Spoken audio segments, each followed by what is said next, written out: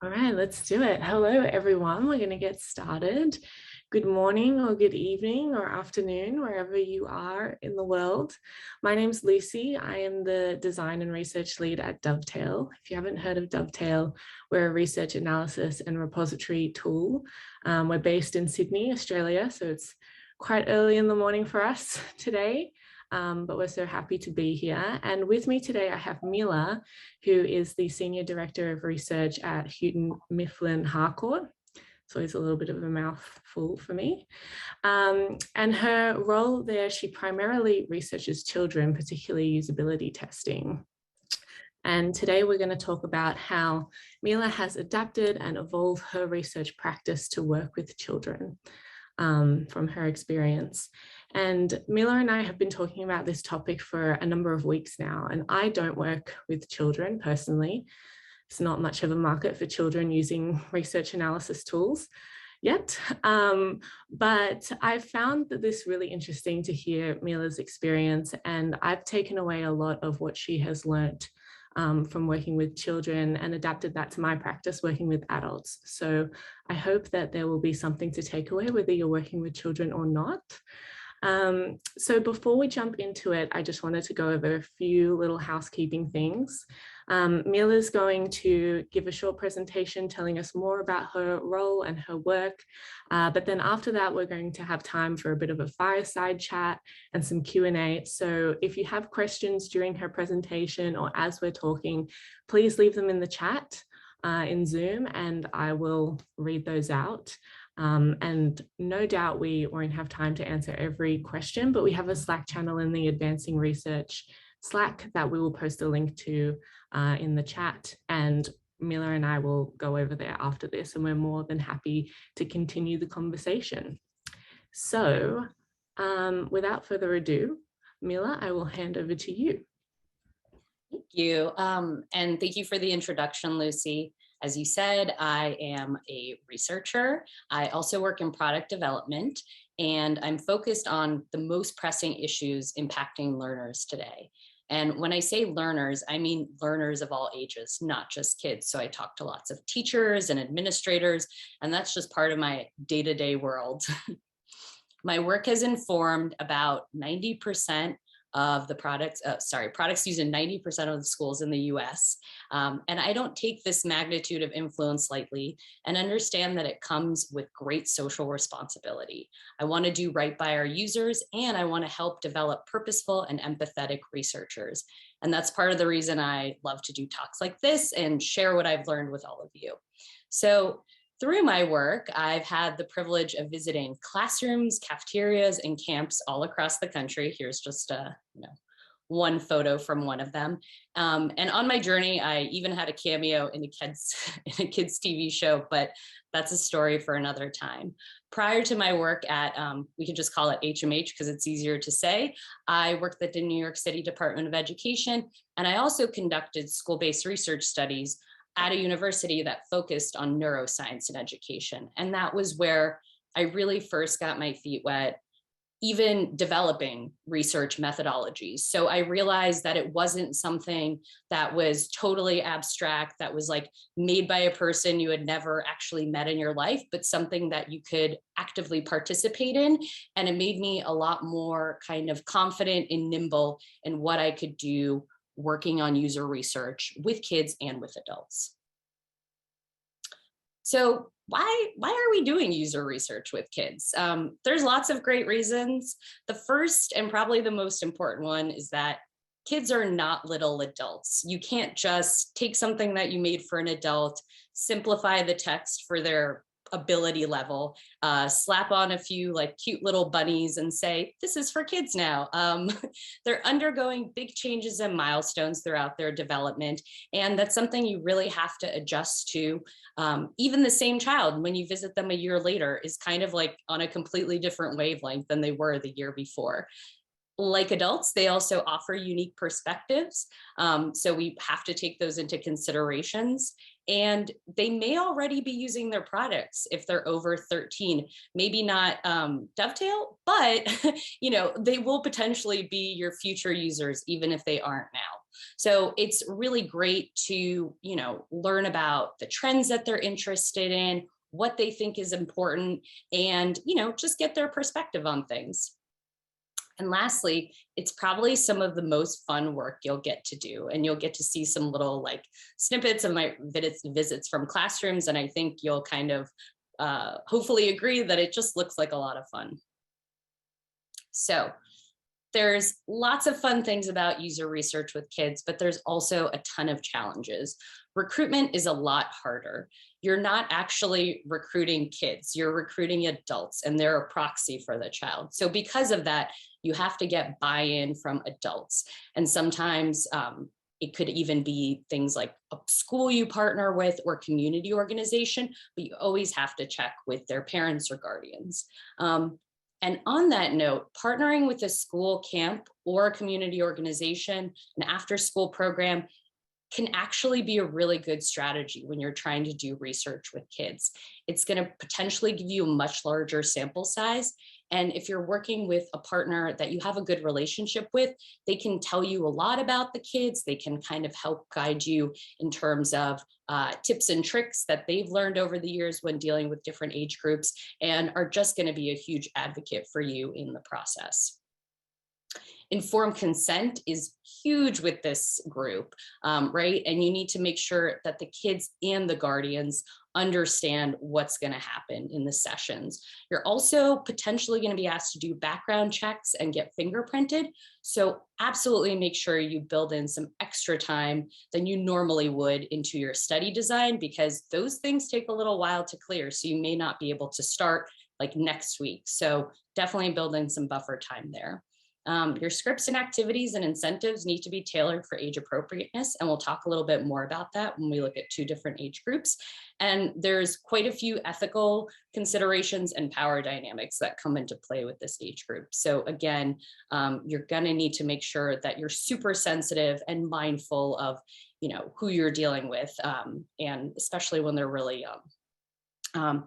Another thing I wanted to sort of share with you all is something that I kind of learned along the way was, when you're doing user research with kids, especially if their parents come with them, it's kind of a clever way to also get some potential extra data from the parents. So we'll potentially have a survey ready for the parents to do, or some sort of activity to keep them busy. And we'll give a little incentive for that as well. So I kind of broke this out into 3 categories. We're going to talk about making your users comfortable, getting the most out of this session, and the lessons learned along the way. Hopefully you can take some of these things and apply them to your practice, and also learn from things that I've encountered on my own journey. The first group we're going to talk about is early elementary. These are our little guys. These are preschoolers, kindergartners, first grade, maybe all the way up to 2nd grade. I don't want to generalize too much, but this is going to kind of give you an idea of how to work with this age group and this demographic. So first things first, expect that an adult will probably sit in on the session. Even if they're not in the same room with you, they'll be close by. And that's where having a survey for them to do, or some sort of activity, can be super helpful.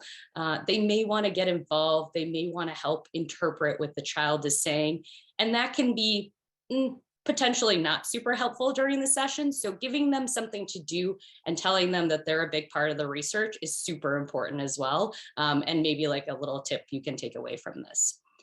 Have a warm-up conversation with your participant. You want to make sure that they understand what you're telling them. You want to make sure that they kind of understand the rules of this study, and that they can choose to stop at any time. You also at this point want to check for kind of, let's say, ability levels and comprehension.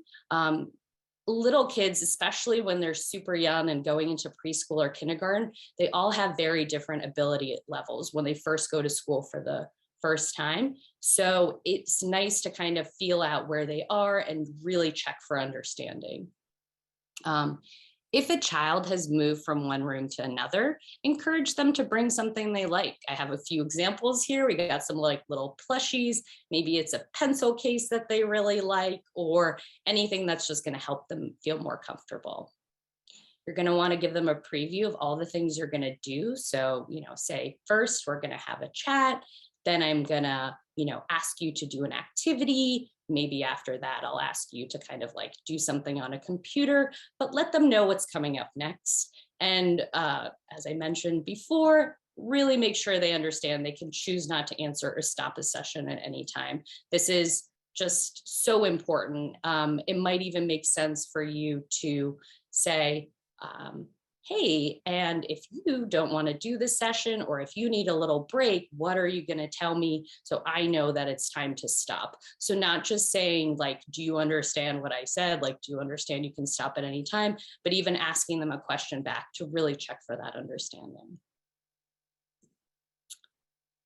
For early elementary, if you're, kind of trying to get the most out of your study, a lot of the work I did when I was working at a university was around getting a baseline on reaction time. And this was something that was super important to us. It really helped us understand their ability level and how quickly they were responding to things. And it helped us also standardize a bit. So that's something I would really recommend for this age group, especially if they're quite young. A touch screen is probably going to be easier for this group as well. They've got just smaller fingers, the mouse and the keyboard are a little bit harder for them. So make sure you bring in really child-friendly things for them to interact with. You're going to want to use simple, age-appropriate language. I have here a nice little example. Oopsies. A nice little example of a prompt for a first grade classroom. So you can see, the level that they can read at, what their kind of comprehension is, and how they can write for you if you're going to ask them some questions that you'd like a writing sample for. Keep the session short. I think it goes without saying that this age group has a shorter attention span, and you're going to want to, they're just going to kind of tire of the whole thing, and they're going to want to go back to their parent or their classroom. So keep it short, and just be mindful of the fact that, it's not going to be an hour-long session like you normally would have with an adult. If they can't get something that you're doing on the first couple of tries, abandon the task. It's okay. Just kind of move along and say, that's no problem. I have another activity for you to do.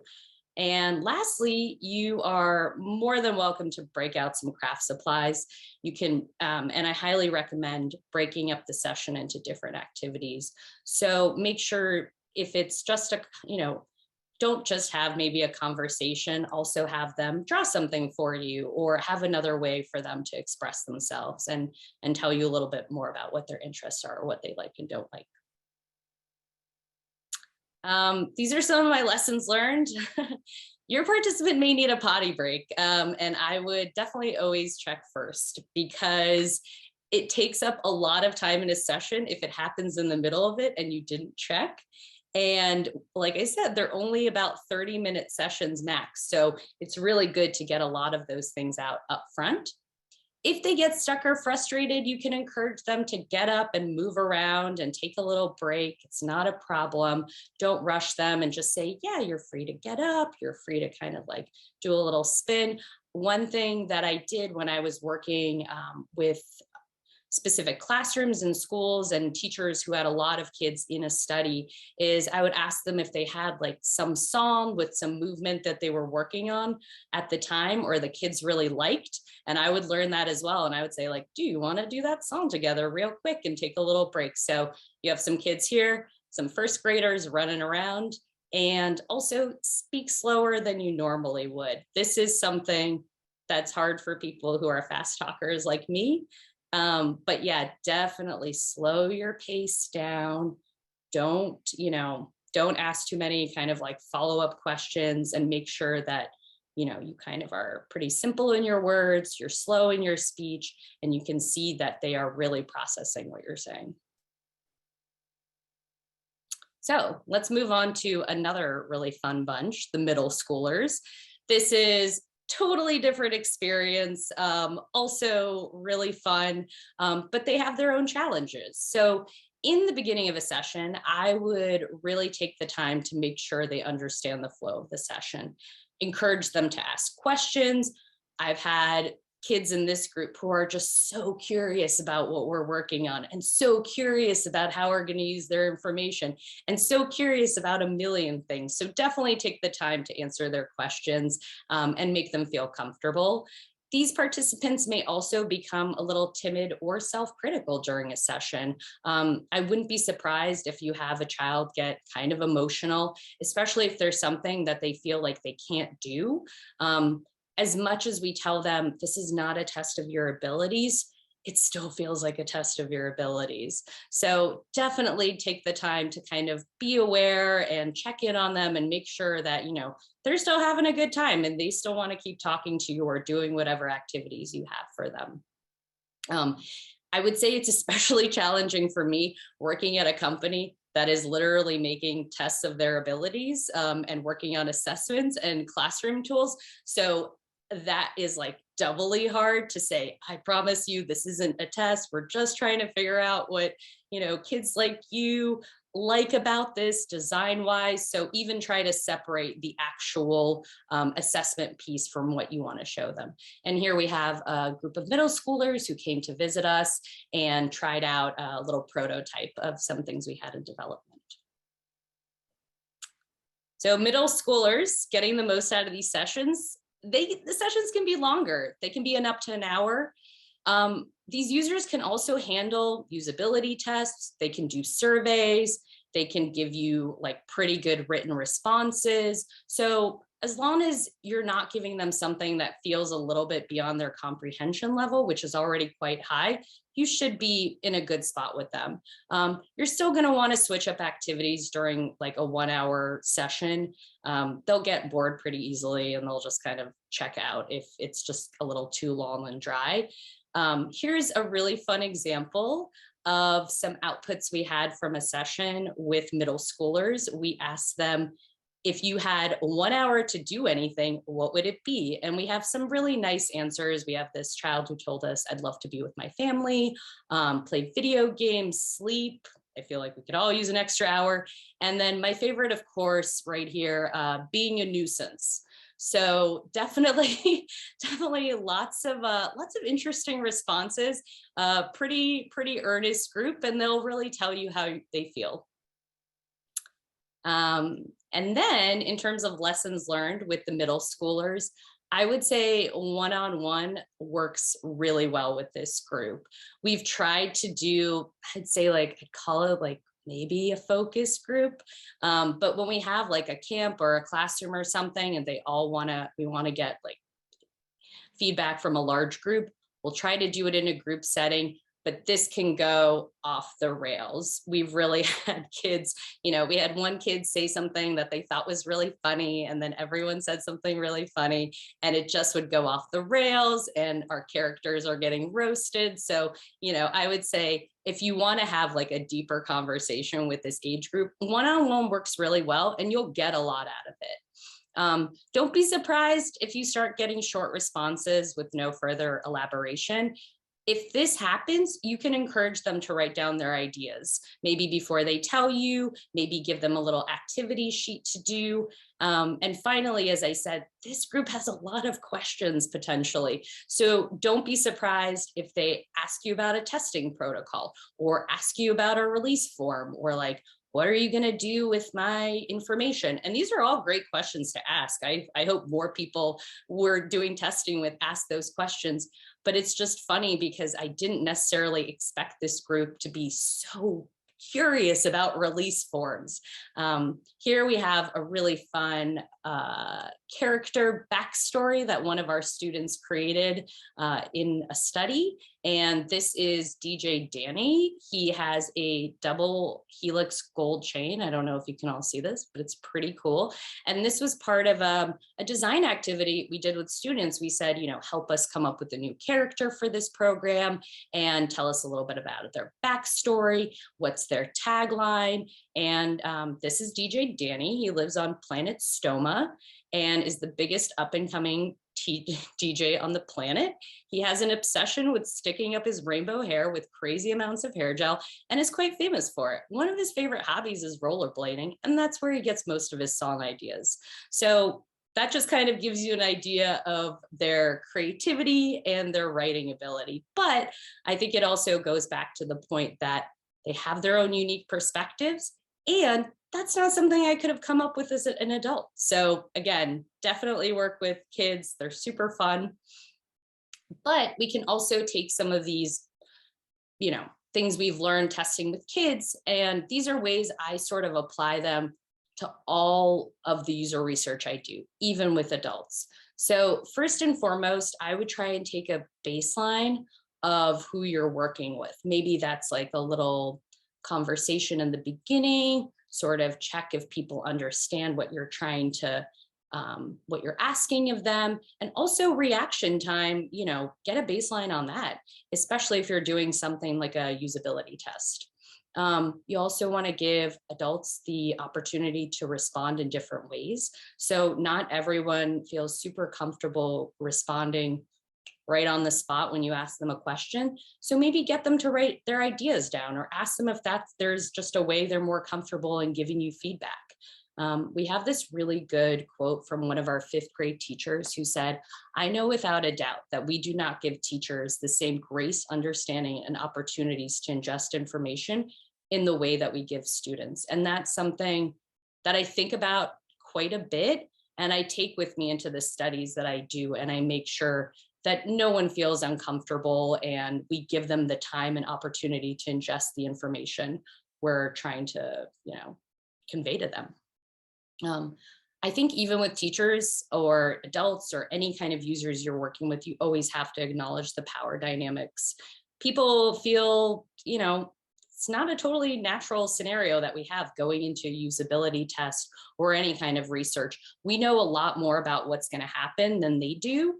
And I'm just always very mindful of that. We had a 2nd grade teacher tell us, I wouldn't want to ask questions that may be silly or, things they already explained. So again, just, think about how people are feeling. They don't want to feel embarrassed. They don't want to be put in an awkward position. So, acknowledge the power dynamic, no matter who you're working with. I also like to give a preview of what we'll be doing. I think it helps people feel pretty confident about what you're going to do next. There's no surprises. I'm not tricking them. And yeah, it just, I think, makes the session go a little bit smoother. And just like kids, you want to let them know they can stop the session at any time. And simplify your scripts. Don't assume people know your terms. So we go through a couple of drafts to make sure we're not using too much jargon or just things that people wouldn't necessarily understand outside of our company. And finally, allow more time. And I think you're going to be so successful if you just allow more time. You'll feel more comfortable. They'll feel more comfortable. And even if you need to pivot or take a break or anything like that, you're not going to be super stressed about, oh no, I only have an hour. If you only have an hour, maybe next time, put it for an hour and 15 minutes. And that way you just feel a little bit more comfortable. You have a buffer time. And I think everyone will just get the most out of the session. And that's it from me. Let's open it up to questions. Thank you so much, Mila. That was so interesting. We've got a few minutes for questions, and then we're probably going to go over time just to let everyone know about 5 minutes, because, we've got some good content here. So if you have to drop off, that's no problem. But thank you for telling us more about your work, Mila. The thing that struck me the most is how considerate you are of how your participants ingest information and, how they're feeling throughout the session, which is really something that we don't do for adults. So I have some questions to kick off with. Firstly, I think it's really interesting that when we're doing usability testing or interviews or whatever it is, we're really relying on our participant to be able to articulate their thoughts or their feelings or their perspective on something. And obviously, when you're working with children, that clearly is more difficult, and perhaps you can't rely on your participant to be able to articulate that, whether it's they don't have the vocabulary or they don't have the comprehension skills. So I'm curious to hear from you, what are some of the techniques or different approaches you try when you're asking a child a question and you're struggling to get the answer that you need for your research? I think that's a wonderful question, and that is something, as we saw in the presentation too, it kind of varies by age. So I would also say that there's no bad information you can get out of a session, but I think preparation is key, especially for younger users. So make sure they have multiple ways to share their thoughts on something. Maybe you have a little worksheet, maybe you have something that they can kind of color. It's also good if kids are really young and they can't properly maybe articulate what makes something interesting or cool or, kind of fun for them to do. Give them a few things to compare and see if that's kind of an easier way for them to express themselves. But I think coming away from a session with artifacts is still great. And it still helps you learn more about your users. So. Great. So you've spoken a little bit about changing your approach depending on the participant, trying different things out when something isn't working. And I find that interesting because I've worked with some researchers in the past, not everyone, but some people I know believe that usability testing in particular should be more scientific, and you should apply the same test to every participant to be able to measure the differences. So what are your thoughts on that when you're trying these different techniques with different participants? I have a growth mindset when it comes to user research. So I strongly believe that, there's always more research that can happen and we can always learn from what we just did. I also try my best to kind of stick to the protocols as closely as I can, but I'm not so married to them that I can't change something if I need to. If you have to change something on the fly, or if something isn't working, one, you could always make a note of that, when you're kind of cleaning your data and, looking at all of the stuff you've collected, and just say, oh, this session, I had to rephrase the question. If you're recording yourself, it should be fairly easy to at least, figure out how you phrase something if you really need to check for that understanding. But I also feel like it's an opportunity for you to build on, the protocols you have. So if there's a scenario where multiple people, you have to make accommodations for them or change things for them, that's probably time for you to also review what you've put together. So I don't know, I just feel like I have a very kind of growth mindset about it. I don't feel like there's a lack of research we can do. And I think all of it contributes to just our greater knowledge about our users. Yeah, I totally agree. And I love your pragmatic approach to research. On the topic of, balancing rigor of research, we've had a few questions in the chat about how you handle the parent interfering with the session. So how do you manage that? Does it ever affect the data that you get out of the session? Yes, it can. And I think that's a bigger problem when parents try to interpret what the children are saying. So this will happen especially with younger users. And the parents really, really try to be a mouthpiece for the child. So in that instance, you can have them, when you give them a survey or something else to do, you empower them to help you with your research also. And you say, oh my gosh, your perspective is also so important. I would love for you to, maybe list out, the 10 favorite things your child likes the most because you know them best. And if you could just do this little worksheet I put together for you that's asking those questions, that would be great. Even if you don't have a worksheet, make up an activity for them on the fly. Like if they really want to tell you about, their kids' favorite TV shows, say, I would love for you to write that down for me. And that's just going to be another great input for me. So I think, with parents, it really comes down to keeping them busy, but also helping them feel like they're really contributing to the research in a meaningful and impactful way. And I think that way you also say, I would just love to hear, what your child has to say about this. And it's okay if I don't totally understand what they're saying, we'll figure it out together. So really empower them to kind of be a participant in the research too. Great. I love that. And kind of building off that, we've had a question in the chat and I have a similar question. How do you prepare for all of this research where you've got these different activities, you've got children, you've got parents? Do you do anything beforehand, like any worksheets or exercises ahead of time? And yeah, how do you prepare for maybe needing to change your approach on the fly? Working with adults and working with kids are just like two totally different, worlds in terms of just the amount of materials.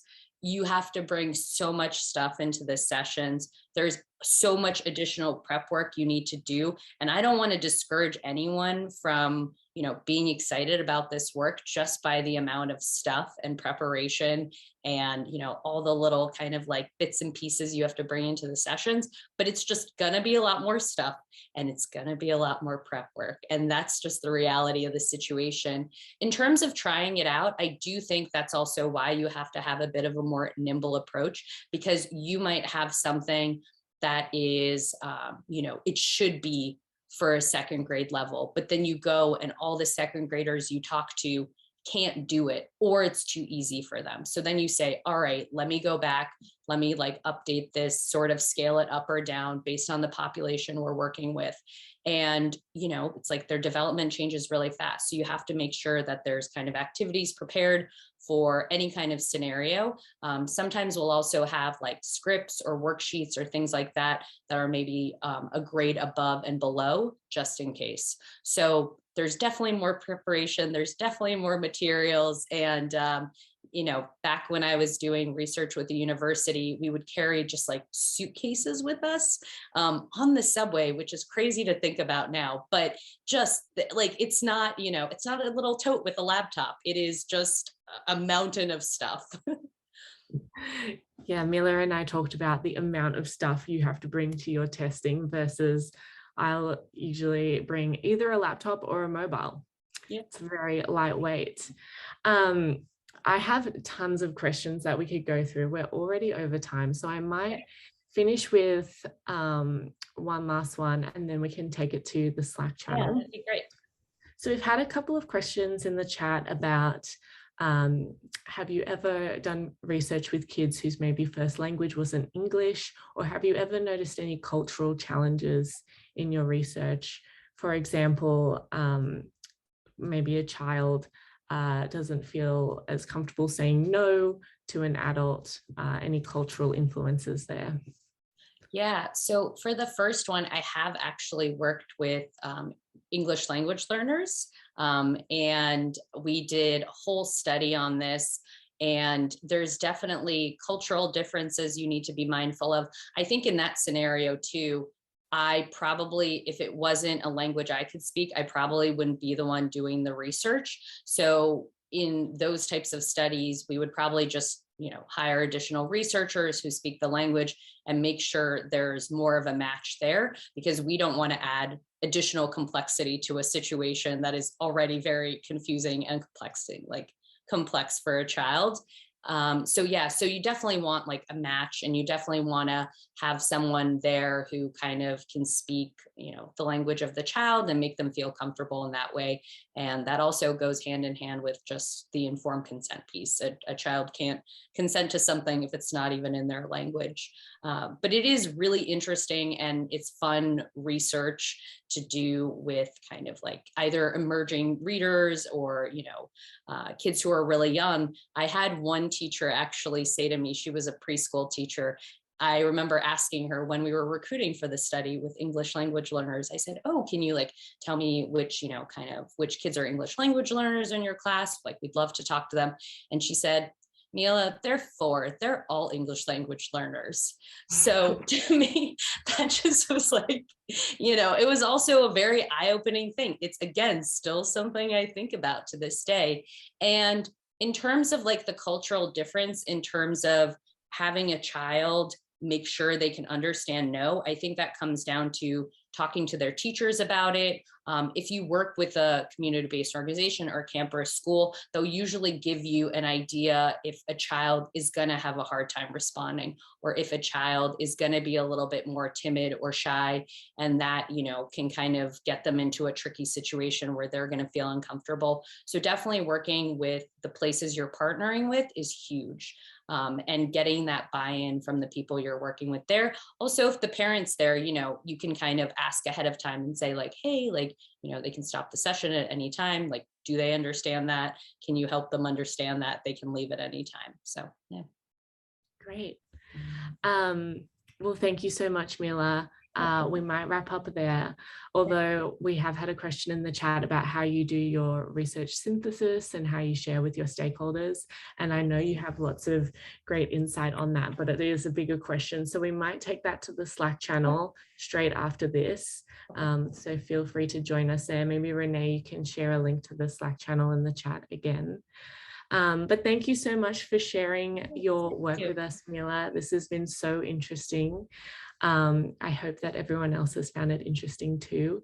And whether you work with children or not, I think there was a lot to take away from this session. So please join us in the Slack channel for further conversations. And I hope everyone has a great day. There's a QR code here to the Slack channel. And please reach out, ask your questions. This is a topic that I love to talk about, so don't be shy.